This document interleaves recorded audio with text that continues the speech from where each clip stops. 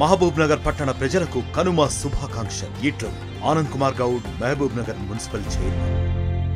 ఎడారి స్వర్గంలో ఉద్యోగాలు సంపాదించాలంటే కఠినతరం చేసింది సౌదీ దేశం.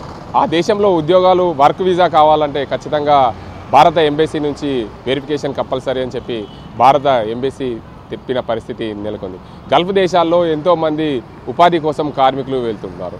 భారతదేశంతో పాటు బంగ్లాదేశ్ అత్యధికంగా ప్రపంచ దేశాల్లోనే బంగ్లాదేశ్ మొదటి స్థానం సంపాదించుకుంది. సౌదీ వెళ్ళే కార్మికులు 29.9 లక్షల మంది బంగ్లాదేశ్ నుండి వెళ్తే భారతదేశం నుండి 24.6 లక్షల పైగా సౌదీకి వెళ్ళిన పరిస్థితి. ఆ కార్మికులందరూ కూడా అత్యధికంగా 16 లక్షల పైగా వివిధ రంగాల్లో ప్రైవేట్ రంగాల్లో కార్మికులుగా పనిచేస్తుంటే 7 లక్షల పైగా ఇళ్లలో వర్క్ చేస్తున్న కార్మికులు ఉన్నట్లు సౌదీ దేశం భారత ఎంబసీ గుర్తించింది. ఆ దేశానికి వెళ్ళాలంటే నియమ నిబంధనలు కఠినతరం చేసింది. మొత్తంగా చూడొచ్చు, సౌదీ దేశానికి వర్క్ వీసా పైన వెళ్ళాలంటే ఖచ్చితంగా ఈ నియమాలు పాటించాల్సిందే.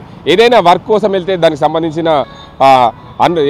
సంబంధించిన సర్టిఫికేట్ తప్పనిసరి అని చేసింది సౌదీ దేశం. దీనికి అంతటికి సంబంధించి ఇప్పటికే భారత రాయబార సంస్థ పూర్తిగా దానికి నియమ నిబంధనలు విడుదల చేసింది. మొత్తానికి చూసుకోవచ్చు, ఏదైతే గల్ఫ్లో సౌదీలో ఉద్యోగాలు కావాలంటే ఖచ్చితంగా వారికి చేదు వార్తనే చెప్పచ్చు. ఎలాంటి నైపుణ్యం లేని కార్మికులు లేబర్గా వెళ్ళాలంటే వారికి కష్టతరమైన తెలుస్తుంది. మొత్తంగా వృత్తిపరమైన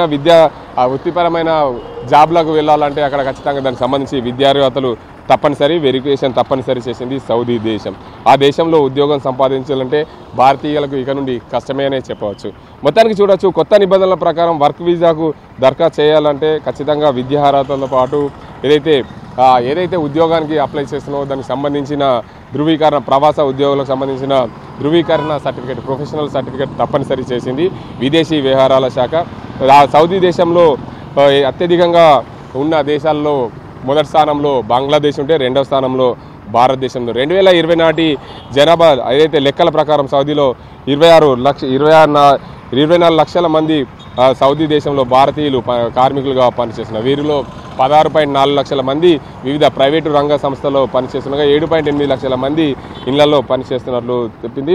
మొట్టమొదటి స్థానంలో ఏదైతే అన్ని దేశాల కంటే సౌదీ దేశంలో పనిచేసేది బంగ్లాదేశీలు.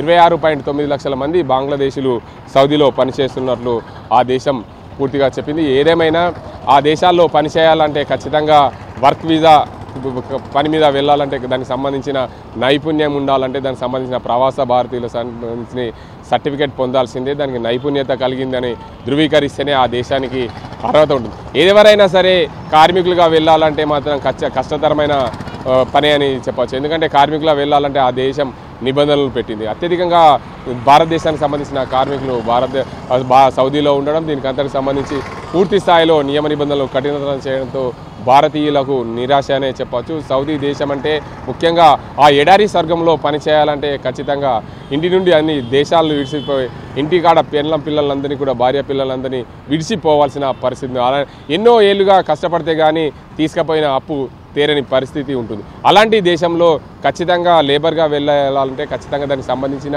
ఏదైతే ధృవీకరణ పత్రం, ప్రవాసీయ భారతీయులకు సంబంధించిన ధృవీకరణ పత్రం ఉంటేనే వెరిఫికేషన్ చేస్తుంది భారత ఎంబసీ. దానికి సంబంధించి ఎంబసీలో వెరిఫికేషన్ తప్పనిసరి చేస్తుంది.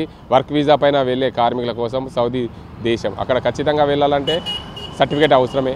ఆ దేశానికి పని చేయాలంటే ధృవీకరణ పత్రం తప్పనిసరి చేసింది ఆ దేశం. దీనికి అందరికి సంబంధించి రానున్న రోజుల్లో భారతీయులకు గల్ఫ్ దేశ వెళ్లే భారతీయులకు కష్టాలు తప్పదని చెప్పవచ్చు. ఇది ఇక్కడ పరిస్థితి. ప్రపంచంలో ఏ మూల ఏ క్షణం ఏం జరుగుతుందో వేగంగా తెలుసుకోవడానికి తొలి వెలుగు వాట్సాప్ ఛానల్ ని ఫాలో చేయండి.